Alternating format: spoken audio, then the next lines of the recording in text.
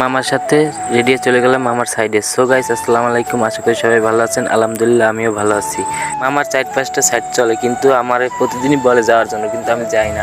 আজকে কি মনে করে ভাবলাম যে যাই, মামার সাথে যাই, দেখে আসি, ঘুরে আসি তার সাইডটা কেমন কি চলতে আছে, লেবার কেমন কি কাজ বাজ করতে আছে, তাই দেখার জন্য চলে গেলাম মামার সাথে মামার সাইডে। তো গাইস, সাইডে যাওয়ার জন্য একটি অটো গাড়ি রিজার্ভ নিলাম। রিজার্ভ নিয়ে গাড়িতে উঠে দুইজনে মামু ভাই রিজার্ভ নিয়ে সাইডে যাওয়ার উদ্দেশ্যে রওনা হইলাম।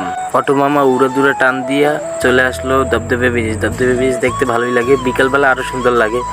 যারা যারা এই দবদবে ব্রিজে আসেনি তারা বলতে পারবেন না দবদবে ব্রিজ কতটা সুন্দর। সো গাইস, এইটা বরিশালের ভিতরে অন্যতম একটা ব্রিজ। এই ব্রিজটি দেখতে খুবই ভালো লাগে। যারা আসেনি তারা বুঝবে না হয়তো, কিন্তু যারা গিয়েছে তারা হয়তো জানে এই ব্রিজটির মানে কি। এই ব্রিজটি কত সুন্দর, দেখতেও যেমন ভালো, তেমনি অনেক উঁচা।